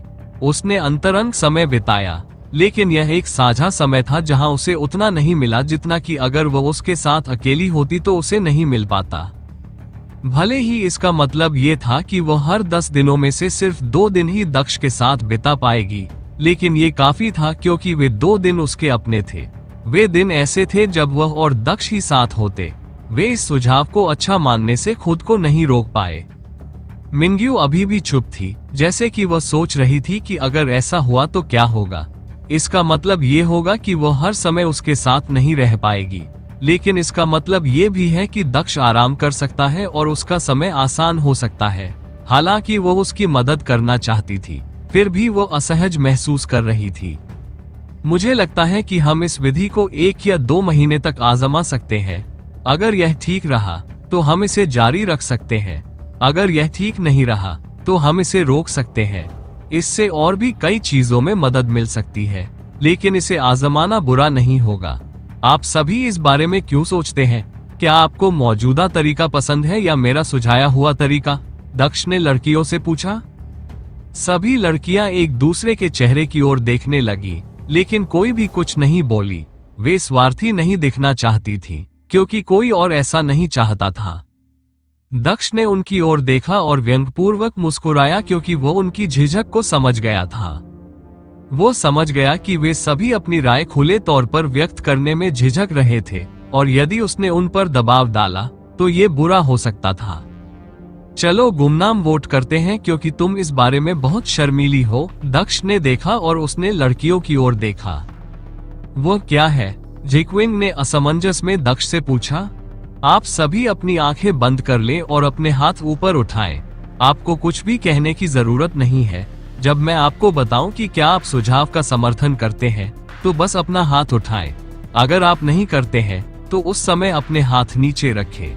मैं उसके बाद फैसला करूंगा, दक्ष ने सिर हिलाते हुए कहा। सभी लड़कियों ने आंखें बंद करके सिर हिलाया। ठीक है, जो लोग सोचते हैं कि यह एक अच्छा विचार है, वे अब अपना हाथ उठाएं, दक्ष ने कहा जब उसे यकीन हो गया कि सभी ने अपनी आंखें बंद कर ली है। जू और मेई पहले 2 लोग थे जिन्होंने अपने हाथ ऊपर उठाए। उनकी पलकें शर्म से कांप रही थी। उन्हें उम्मीद थी कि दक्ष के अलावा कोई और उन्हें नहीं देख सकता। मिंग लैन और जीकिंग ने भी अपने हाथ उठाए। मिंग्यू अभी भी हिचकिचा रही थी, क्योंकि उसने कुछ नहीं किया था। मुझे लगता है वो यह नहीं चाहती, दक्ष ने सोचा, और उसने आह भरी। वो उन्हें अपना सिर नीचे करने के लिए कहने के लिए अपना मुंह खोलने ही वाला था, लेकिन तभी एक और हाथ उठा। मिंग्यू ने भी अपना हाथ उठाया था। उसने तय कर लिया था कि वह स्वार्थी नहीं बनेगी, और वो दक्ष से सिर्फ अपने लिए और भी चीजें चाहती थी। दक्ष ने उसकी ओर देखा, हाथ उठाया और मुस्कुराया। ठीक है, आप सभी अपने हाथ नीचे कर सकते हैं, दक्ष ने जवाब मिलते ही कहा। सभी लड़कियां इसके समर्थन में थीं। दक्ष के ये कहने पर लड़कियों ने भी अपने हाथ नीचे कर लिए और दूसरी ओर आंखें फेर ली। ये तय हो गया है, हम मेरे सुझाए गए तरीके का पालन करेंगे, दक्ष ने सिर हिलाते हुए कहा। तो अगले 2 दिनों तक तुम्हारे साथ कौन रहेगा? मिंग्यू ने दक्ष से पूछा, ऐसा दिखाने की कोशिश करते हुए कि उसे परवाह नहीं है कि वह पहले किसे चुनता है, लेकिन उसकी आवाज से स्पष्ट रूप से संकेत मिल रहा था कि वह चाहती थी कि उसे चुना जाए। अन्य लड़कियां भी उम्मीद भरी नजरों से दक्ष की ओर देख रही थीं। अभी के लिए आप सभी यहीं रहेंगे। हम इस विधि को उसी क्षण से शुरू करेंगे जब हम जमीन पर उतरेंगे। जहां तक क्रम की बात है तो सबसे पहले जुई होगी, फिर मेई, तीसरा व्यक्ति मिनग्यू होगा और चौथा झिकविंग होगा। अंतिम व्यक्ति लैन एर होगा। दक्ष ने उन्हें समझाया। उसने लड़कियों से मिलने के क्रम में ही जाने का फैसला किया। जू और मेई पहली दो महिलाएं थीं जिनसे वह मिला था, और फिर भी वे थीं जिनके साथ उसने सबसे कम समय बिताया था। उसने उन्हें इस बार सबसे आगे रखा। किसी भी लड़की ने कोई शिकायत नहीं की, जिसकी दक्ष को उम्मीद थी।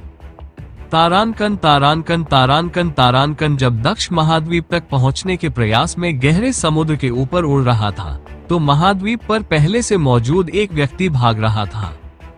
वो व्यक्ति कोई और नहीं बल्कि जी शेन था, जो मध्यम आयु वर्ग के साधकों से भाग रहा था। जी शेन को ऐसा लग रहा था कि वह रोना चाहता है, लेकिन वह भागना बंद नहीं कर रहा था क्योंकि लोग उसका पीछा करते रहे। उसके हाथ में एक छोटा सा तावीज था जो उसे दक्ष ने जाने से पहले दिया था। ये दक्ष को इस महाद्वीप को खोजने और जी शेन तक पहुंचने में मदद करने के लिए था। ये कमीने, ये मुझे अकेला क्यों नहीं छोड़ देते? जी शेन ने भागते हुए कोसा। तारांकन तारांकन तारांकन तारांकन। समय धीरे धीरे बीतता गया। दिन हफ्तों में बदल गए और दक्ष और अन्य लोग स्नैक मोनाक में उड़ते रहे।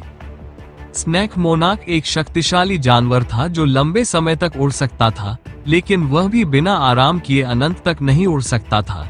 इसलिए दक्ष नियमित रूप से उसे आराम करने के लिए जानवरों के दायरे में वापस भेज देता था, जबकि वह सूर्य को नष्ट करने वाले कोंडोर के आगे बढ़ता रहता था।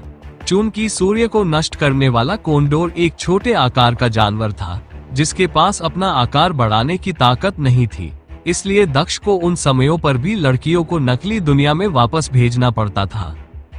समुद्र के ऊपर उड़ते समय उन्हें रास्ते में बहुत सारे समुद्री जानवर भी मिले, लेकिन दक्ष अपने स्वर्गीय दानव पंखों की मदद से उन्हें संभालने में सक्षम था, जिससे उसे हवा में जानवरों का सामना करने में आसानी हुई। हालांकि समुद्र में जानवर शक्तिशाली थे, लेकिन दक्ष को अभी तक कोई भी जानवर नहीं मिला था जो पीक स्काई रियल जानवर से अधिक शक्तिशाली हो, जिसे लेकर वह खुश था। ऐसा कहा जाता था कि समुद्र में कई स्वर्गीय क्षेत्र के जानवर थे और यहाँ तक कि कुछ जानवर ऐसे भी थे जो उनसे अधिक शक्तिशाली थे, लेकिन उसकी किस्मत बहुत अच्छी थी क्योंकि वह अच्छा था और वह उन जैसे किसी भी जानवर के रास्ते में नहीं आया। दक्ष फिर से आराम करने लगा क्योंकि वह समुद्र के सुरक्षित क्षेत्र में पहुंच गया था, जहां कोई जानवर नहीं घूमता था। जब भी उसे साधना करने का समय मिलता था, वह साधना में भी शामिल हो जाता था। उसकी प्रतिभा, वंश और उसकी लड़कियों के साथ दोहरी साधना ने उसे साधना में बहुत तेजी से आगे बढ़ने में मदद की। समुद्र के पास भी घनी की हुई समृद्ध और आगे की मदद थी। ऐसा प्रतीत होता है कि जैसे अनंत काल बीत गया हो। अंततः दक्ष अपने गंतव्य तक पहुंचने में कामयाब हो गया। उसने जमीन के पास समुद्र में कुछ जहाज खड़े देखे, जिससे उसे यकीन हो गया कि उसके सामने की जमीन बिल्कुल मौके की जमीन है। ये चमत्कारों और शक्तिशाली साधकों की जमीन थी जो सिर्फ एक नजर से लोगों को मार सकते थे। एक ऐसी जगह जहां उसके महाद्वीप के साधक रहने का सपना देखते थे। तारांकन तारांकन तारांकन तारांकन। दक्ष ने अपने सामने महाद्वीप को देखा और अपनी गति धीमी कर ली। उसे एहसास हुआ कि यहाँ प्रवेश करना इतना आसान नहीं होगा, क्योंकि पहला सवाल जो वे हमसे पूछेंगे वह ये होगा कि वह अकेले खतरनाक समुद्र पर उड़ते हुए यहाँ कैसे आया। वे उस पर शक करेंगे, जिससे प्रक्रिया और लंबी हो जाएगी। मुझे अंदर घुसने की जरूरत है, दक्ष ने बंदरगाह की ओर देखते हुए कहा। या फिर आप अपना भेष बदल सकते हैं, उन्हें मार सकते हैं और अपना रूप बदलने से पहले उस स्थान में प्रवेश कर सकते हैं, जुन ने मजाक में कहा। मैं जा सकता हूँ, लेकिन बेहतर है कि मैं न जाऊं। मेरे पहले से ही बहुत सारे दुश्मन हैं। मैं सिर्फ मजे के लिए और दुश्मन नहीं बनाना चाहता। अगर उन्होंने मुझे देख लिया और फिर मुझे रोकने की कोशिश की तो ये बहुत अलग बात होगी। दक्ष ने सिर हिलाते हुए जवाब दिया। तुम्हारी किस्मत को देखते हुए मैं यही कहूंगा कि ऐसा ही होगा, जुन ने मजाक में कहा। आखिरकार तुम एक उपद्रवी हो। मैं ही उपद्रवी हूँ। वह कौन था जिसने मुझे लोगों को मारने का सुझाव दिया? दक्ष ने आंखें घुमाते हुए कहा। उन्होंने सोचा कि क्या जून ने किसी तरह pot calling the kettle black तकनीक सीख ली है, क्योंकि वो यहाँ पॉट बन रही थी। मुझे पता है कि तुम्हारे साथ क्या होता है, यह अनुमान लगाना इतना मुश्किल नहीं है। वैसे भी यह इसी तरह खत्म होने वाला है, इसलिए मैंने बस यही सुझाव दिया। तुम इसे किसी भी तरह से करोगे, इसलिए मैं अनुमति दे सकता हूँ, क्योंकि तुम नहीं पूछोगे। जुन ने एक आत्मसंतुष्ट स्वर में कहा। तुम मुझे बहुत कम आंकती हो, छोटी बच्ची। क्या तुम फिर से शर्त लगाना चाहोगी? दक्ष ने मुस्कुराते हुए पूछा। शर्त नहीं, धन्यवाद। मैं जोखिम नहीं लेना चाहता। आखिरकार आप भाग्यशाली हो सकते हैं, भले ही संभावनाएं कम हो। मैं तुम्हें दिखाता हूँ, बस इंतजार करो और मेरी चाल देखो, दक्ष ने चेहरे पर एक सहज भाव के साथ कहा। उसने अपनी आत्मा तलवार को अपने भंडारण वलय से बाहर निकाला और सूर्य को नष्ट करने वाले कोंडोर को वापस पशु क्षेत्र में भेज दिया। दक्ष अपनी आत्मा तलवार पर खड़ा हुआ और सपनों के महाद्वीप की दिशा में उड़ना शुरू कर दिया, क्योंकि वो सोच रहा था कि सपनों के महाद्वीप के अंदर उसे क्या नई चीजें देखने को मिलेंगी। महाद्वीप इतना विशाल लग रहा था मानो पूरा समुद्र उसमें समाया हुआ हो। महाद्वीप के चारों ओर एक सुनहरा अवरोध था जो उसे समुद्र से अलग करता था। दक्ष को अवरोध में एकमात्र रास्ता महाद्वीप का आधिकारिक प्रवेश द्वार था, जहां जहाज खड़े थे, लेकिन उस जगह को तोड़ना आसान नहीं था। हालांकि दक्ष उस जगह के पास नहीं था, फिर भी वो उस जगह पर ढेर सारी समस्याएं देख पा रहा था। वो जगह साधकों से भरी हुई थी और उसने महसूस किया कि उनमें से ज्यादातर महाद्वीप के साधक थे, जो महाद्वीप में प्रवेश करने वाले हर व्यक्ति की जांच कर रहे थे। दक्ष अपने लिए मुसीबत मोल लिए बिना आधिकारिक प्रवेश द्वार से नहीं जा सकता था। बाधा बहुत शक्तिशाली लगती है। निचले क्षेत्र में एक जर्जर महाद्वीप के लिए ये बुरी नहीं है, जुन ने बड़बड़ाते हुए कहा जब वो दक्ष के पास आए और बाधा का निरीक्षण करना शुरू किया। तो क्या हुआ अगर यह शक्तिशाली है? इसमें अभी भी एक बड़ी खामी है जो इसे मेरे खिलाफ बेकार बनाती है, दक्ष ने लापरवाही से जवाब दिया, क्योंकि उसने महाद्वीप की ओर उड़ते समय अपने हाथों को अपनी पीठ के पीछे रखा था, फिर भी आधिकारिक प्रवेश द्वार से बहुत दूर था। और वो दोष क्या होगा? जुन ने दक्ष से पूछा। इसमें खामी यह है कि यह अर्ध पारदर्शी है। तुम्हें पता है कि अवरोध मेरे अंतरिक्ष के नियम को सक्रिय होने से नहीं रोक सकते। यहाँ तक कि वह प्राचीन मकबरा भी मुझे इसका उपयोग करने से नहीं रोक सका और केवल मेरे टेलीपोर्टेशन को बीच में ही रोक सका। भले ही इस अवरोध में इतनी ताकत हो, फिर भी यह मुझे रोकने में बेकार होगा। एक साधारण टेलीपोर्टेशन से मैं बच सकता हूँ, दक्ष ने सहजता से समझाया। यह अच्छी बात है कि तुम्हें अपनी ताकत पता है, लेकिन तुम्हें कभी भी अति आत्मविश्वासी नहीं होना चाहिए। कभी कभी कुछ भी संभव है। इस दुनिया में इतनी सारी चीजें हैं कि तुम उनका एक अंश भी नहीं समझ सकते। इस दुनिया में कई अजीब और रहस्यमयी बाधाएं हैं। अगर तुम अपने अंतरिक्ष कानून पर बहुत अधिक भरोसा करना शुरू कर दोगे, तो संभव है कि तुम एक न एक दिन मुसीबत में पड़ जाओ, जुन ने दक्ष से कहा और उसने आह भरी। मुझे इस बारे में पता है, लेकिन ये जगह अमर दुनिया नहीं है। उनके पास ऐसी कोई बाधा नहीं होगी। अंतरिक्ष कानून एक मिथक की तरह है। भले ही किसी के पास अंतरिक्ष कानून का उपयोग करके स्थानिक यात्रा को रोकने के लिए बाधाएं हो, वे इस तरह के निचले क्षेत्र में इसके बारे में सोच भी नहीं सकते। इसके अलावा अगर बिना मारे प्रवेश पाना है तो मेरे पास यही एकमात्र विकल्प है। बस थोड़ा जोखिम है, दक्ष ने जवाब दिया और अपना सिर हिलाया। वास्तव में इसमें जोखिम है, और मैं आपको ये जोखिम न लेने के लिए नहीं कह रही हूँ, क्योंकि यह बिना कुछ सोचे समझे मुख्य द्वार से घुसने से स्पष्ट रूप से बेहतर है, जुन ने अपना सिर हिलाते हुए अपनी बात समझाते हुए कहा। जहाँ तक आपके पहले बिंदु का सवाल है, आपको क्यों लगता है कि निचले लोक में ऐसी बाधाएं नहीं हो सकती? यदि निचले लोक को मेरे स्वामी की विरासत मिल सकती है, तो उसे कुछ भी मिल सकता है, उसने आगे कहा।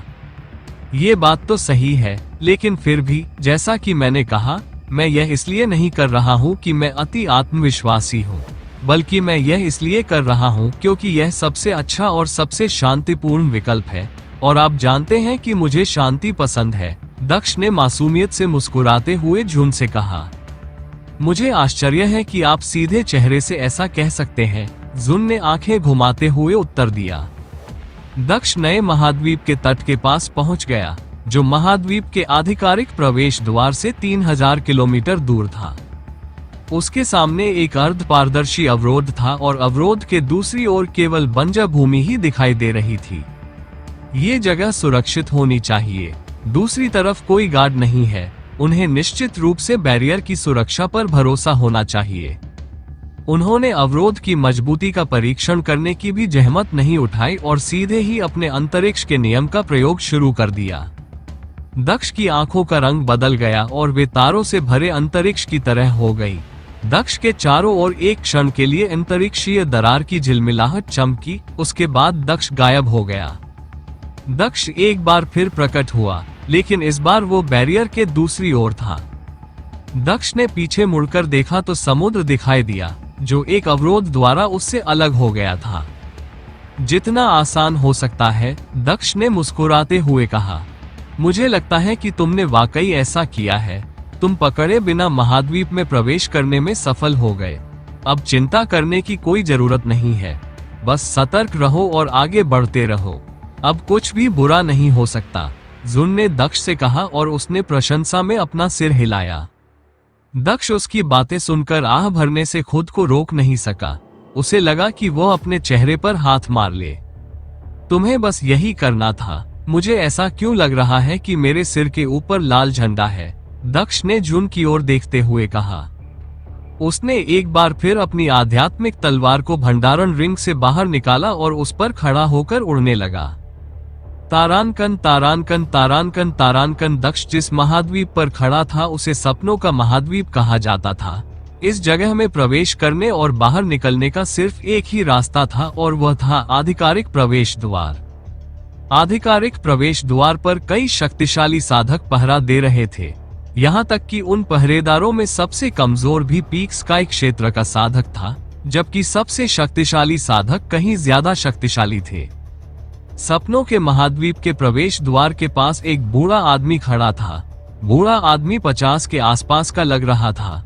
उसने सफेद कल्टीवेटर्स की पोशाक पहन रखी थी। वो अपने हाथ में कुछ कागजात देख रहा था, तभी कोई उसकी ओर उड़ता हुआ आया। उसकी ओर उड़ता हुआ व्यक्ति एक अधेड़ उम्र का आदमी था जो 30 के दशक के आखिर में दिख रहा था।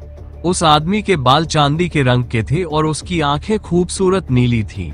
इस आदमी ने भी बूढ़े आदमी जैसा ही लबादा पहना हुआ था, लेकिन दोनों में एक अंतर था।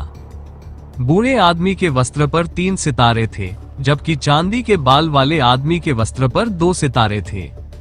मास्टर वुया, चांदी के बालों वाले आदमी ने बूढ़े आदमी से कहा जब वह उसके सामने उतरा। बूढ़े व्यक्ति के पास यहाँ सर्वोच्च अधिकार था और वह विदेशियों के खिलाफ महाद्वीप की सुरक्षा के लिए जिम्मेदार था। उसे लियान वुया कहा जाता था। गुकिन, तुम यहाँ क्या कर रहे हो? क्या कुछ हुआ है? मास्टर वुया ने धीरे से पूछा। हालांकि वह जोर से नहीं बोल रहा था, लेकिन उसकी आवाज में इतनी ताकत थी कि चांदी के बालों वाले आदमी ने उसे तुरंत सुन लिया। हालांकि यह एक फुसफुसाहट से ज्यादा कुछ नहीं था। कुछ बड़ी बात हुई है, मुझे आपको तुरंत सूचित करना था, गुकिन ने बूढ़े व्यक्ति को उत्तर दिया। क्या हुआ? ऐसी कौन सी गंभीर बात है कि तुम्हें मुझे बताने के लिए यहाँ आना पड़ा? वुया ने गुकिन से पूछा, जबकि उसने लापरवाही से उसकी ओर देखा। दल सक्रिय हो गया है।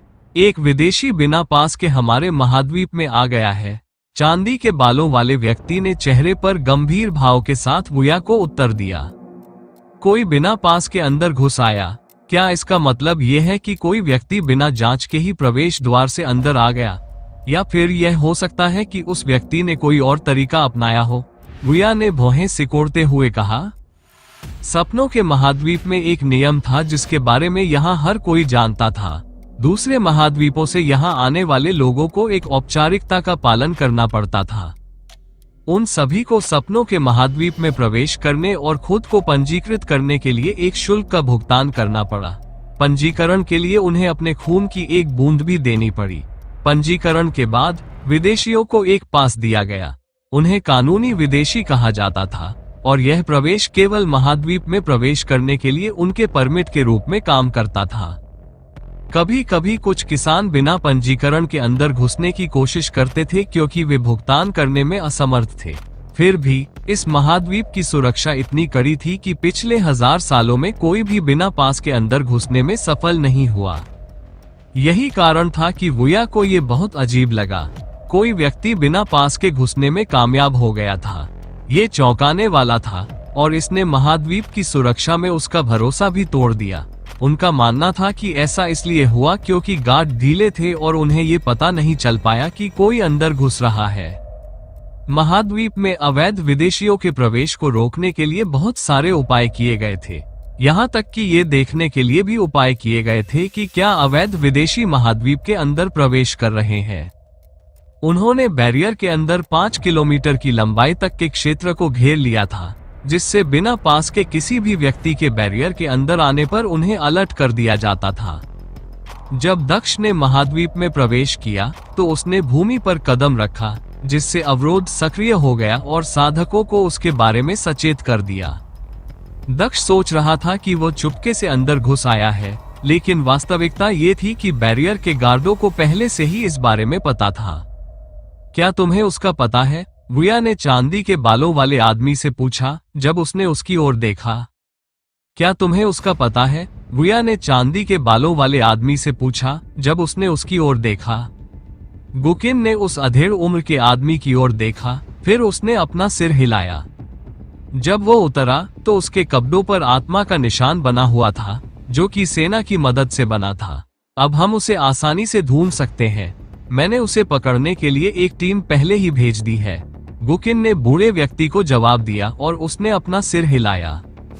अच्छा, पिछले 1000 सालों में वो पहला व्यक्ति है जो बिना पंजीकरण के अंदर घुसने में कामयाब रहा है।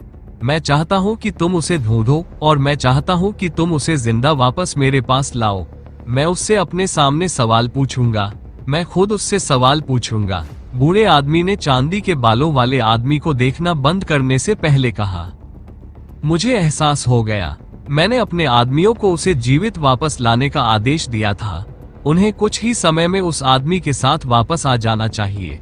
मैं खुद उसे यहाँ लेकर आऊंगा, गुकिन ने सिर हिलाते हुए कहा और वहां से चला गया। हम, बूढ़े आदमी ने सिर हिलाते हुए जवाब दिया। तारानकन तारानकन तारानकन तारानकन। जब दक्ष अपनी आत्मा तलवार पर निर्जन भूमि के ऊपर उड़ रहा था तो वह इस तथ्य पर भी प्रसन्न था कि यहाँ की क्यूई कितनी शुद्ध थी। यह एक निर्जन स्थान था और इससे भी बेहतर, क्यूई पहले से ही एक साम्राज्य की क्यूई के बराबर थी। कोई आश्चर्य नहीं कि इसे सपनों की भूमि कहा जाता है। यदि सबसे बाहरी बंजर रेगिस्तान में मेरे स्थान के एक साम्राज्य जितनी क्यूई है, तो वास्तव में यहाँ एक साम्राज्य में कितनी क्यूई होगी। दक्ष ने वातावरण से क्यूई को अवशोषित करते हुए बड़बड़ाया। यदि आप इतने पर ही खुश हैं, तो आपको अमर लोक में क्यूई के बारे में सोचना भी नहीं चाहिए। क्यूई साधना का एक महत्वपूर्ण हिस्सा है और सभी साधक इसके पीछे भागते हैं। जिस स्थान पर बेहतर क्यूई है, वहां निश्चित रूप से अधिक शक्तिशाली साधक होंगे और इसी तरह अधिक साधक उस स्थान का पीछा करेंगे। आपको क्या लगता है कि साधक अमर लोक में प्रवेश करने का सपना क्यों देखते हैं? जुन ने दक्ष से कहा।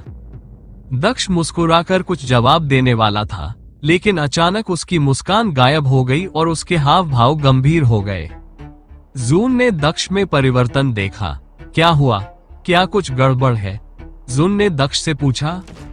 कुछ नहीं, बस कुछ लोग हैं जो मरना चाहते हैं, दक्ष ने बड़बड़ाते हुए कहा, जैसे ही उसने अपनी राजा की तलवार को अपनी भंडारण अंगूठी से बाहर निकाला और उड़ना बंद कर दिया। दक्ष ने महसूस किया था कि वे लोग उसकी दिव्य इंद्री का उपयोग कर रहे थे और उसने उनकी साधना को भी देखा था, जो उसे डराने के लिए पर्याप्त नहीं थी। चूंकि वे लोग सीधे उसकी ओर बढ़ रहे थे, इसलिए इस बात की बहुत अधिक संभावना थी कि वे उसके बारे में जानते थे या वे डाकू थे। यदि समस्या जीवन के लिए खतरा नहीं थी, तो तुरंत उसका समाधान करना बेहतर था।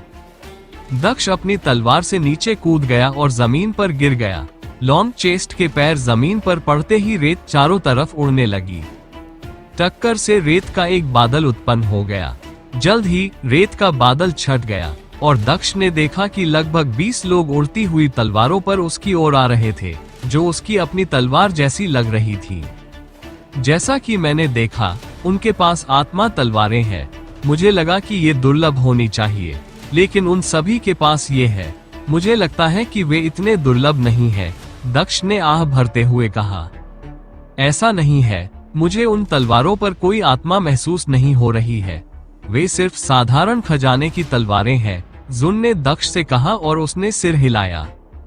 आह, तो वे तलवारों पर उड़ान भरने के लिए कुछ दुर्लभ मार्शल कौशल का उपयोग कर रहे हैं, बहुत दिलचस्प है, दक्ष ने बड़बड़ाया।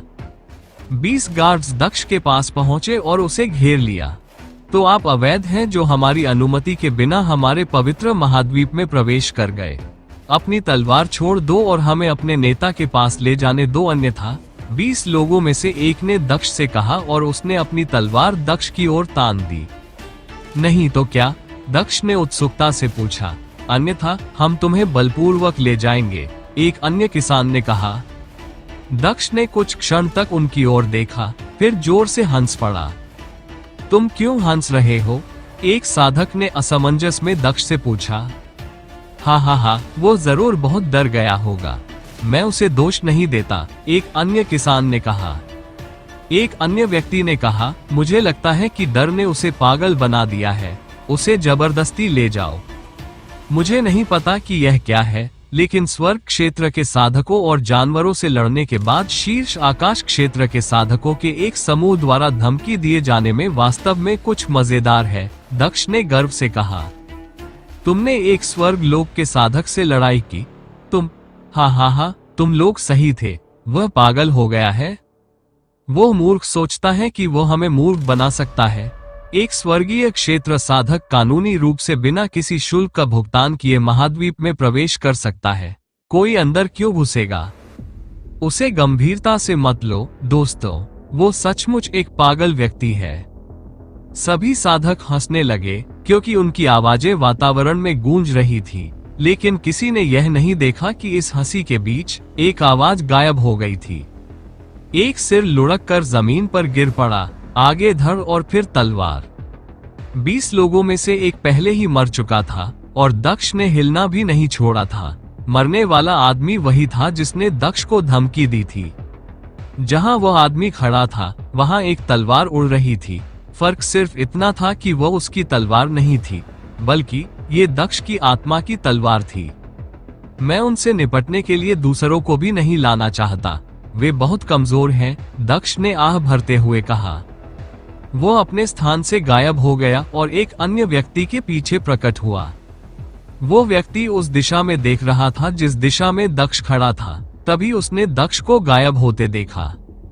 वो ये समझने के लिए इधर उधर देखने लगा कि क्या हुआ। तभी एक हाथ उसके कंधे पर थपथपाया। मैं यहाँ हूँ, दक्ष ने उस आदमी के पीछे आते हुए कहा। इससे पहले कि वह आदमी पीछे मुड़ पाता, एक तलवार उसकी पीठ में घुसकर सामने से निकल गई। उसका दिल छलनी हो गया। उस आदमी ने चीखते हुए मुंह से खून निकाला। उसकी चीख ने आसपास के कल्टीवेटर्स का ध्यान खींचा। तभी एक और चीख सुनाई दी और एक और सिर फर्श पर लुढ़क गया। जब उनका ध्यान भटक रहा था, दक्ष की आत्मा तलवार ने एक और साधक को मार डाला। ऐसा लग रहा था मानो वे दोनों एक ही काम पर काम कर रहे थे। जब दक्ष ने ध्यान आकर्षित किया तो आत्मा तलवार ने मार डाला। वे दोनों तालमेल से काम कर रहे थे। काश्तकारों को यह उम्मीद नहीं थी कि स्थिति इतनी तेज। यदि आप हमारे वीडियो को सोशल मीडिया पर उपयोग करना चाहते हैं तो आप इसका उपयोग कर सकते हैं, हमें कोई समस्या नहीं है। हमारे नोबल ऑफ किंग चैनल को सब्सक्राइब करें और लाइक करें, शेयर करें। जी से बदल जाएगी और इससे पहले कि वे कोई योजना बना पाते या हमला करने के बारे में सोच पाते, उनमें से 19 मारे गए। दक्ष का सामना कर रहे साधकों के लिए ऐसा लग रहा था कि लड़ाई घंटों तक चलेगी, लेकिन दक्ष के लिए दुश्मनों के लगभग पूरी तरह से खत्म होने में केवल कुछ सेकंड ही लगे थे।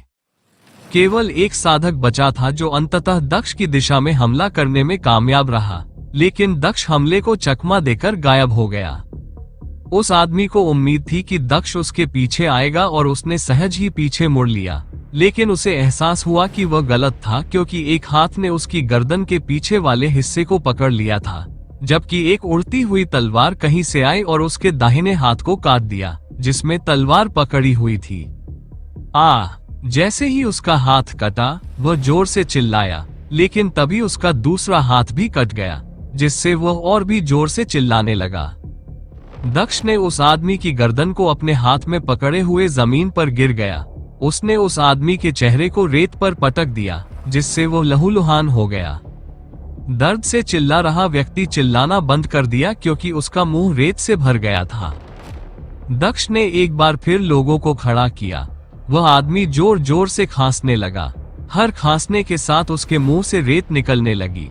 फ्रेंड्स, आप सभी से रिक्वेस्ट है कि मेरे बैकअप चैनल को भी सब्सक्राइब कर लें। अगर इस चैनल को कुछ भी होता है तो आगे की स्टोरी मेरे backup channel all novel explainer और सुपर FM स्टोरी पर अपलोड होगी, और मेरे Telegram channel novel story teller को भी ज्वाइन कर लें, लिंक डिस्क्रिप्शन में है। और अगर आप इस स्टोरी का नेक्स्ट एपिसोड जल्दी चाहते हैं तो वीडियो को ज्यादा से ज्यादा लाइक और कमेंट करें। मुझे चीखना चिल्लाना पसंद नहीं है। अगर तुम फिर से चिल्लाए तो मैं तुम्हारी आंतें रेत से भर दूंगा। तुम अनंत काल तक खांस सकते हो, लेकिन तुम रेत नहीं हटा पाओगे। दक्ष ने उस आदमी को जमीन पर पटक दिया और उसे चेतावनी दी। क्या तुम कौन हो? उस आदमी ने दक्ष से पूछा और उसके चेहरे पर डर का भाव था। दक्ष ने उस आदमी को देखा और उसकी दिशा में चलना शुरू कर दिया। उसने उस आदमी के घुटनों पर पैर रखा, जिससे वो जोर से चिल्लाने लगा। सवाल यह नहीं है कि मैं कौन हूँ। अगर मैं तुम्हें बता भी दूं तो भी तुम नहीं जान पाओगे। असली सवाल यह है कि तुम कौन हो। अगर तुम जीना चाहते हो तो तुम्हें मुझे जवाब देना होगा, नहीं तो मैं तुम्हारी मौत को इतना दर्दनाक बना दूंगा कि राक्षस भी तुम्हारे भाग्य से गुजरने से डरेंगे, दक्ष ने गंभीर स्वर में कहा। वह आदमी चिल्लाता रहा लेकिन कोई जवाब नहीं दिया।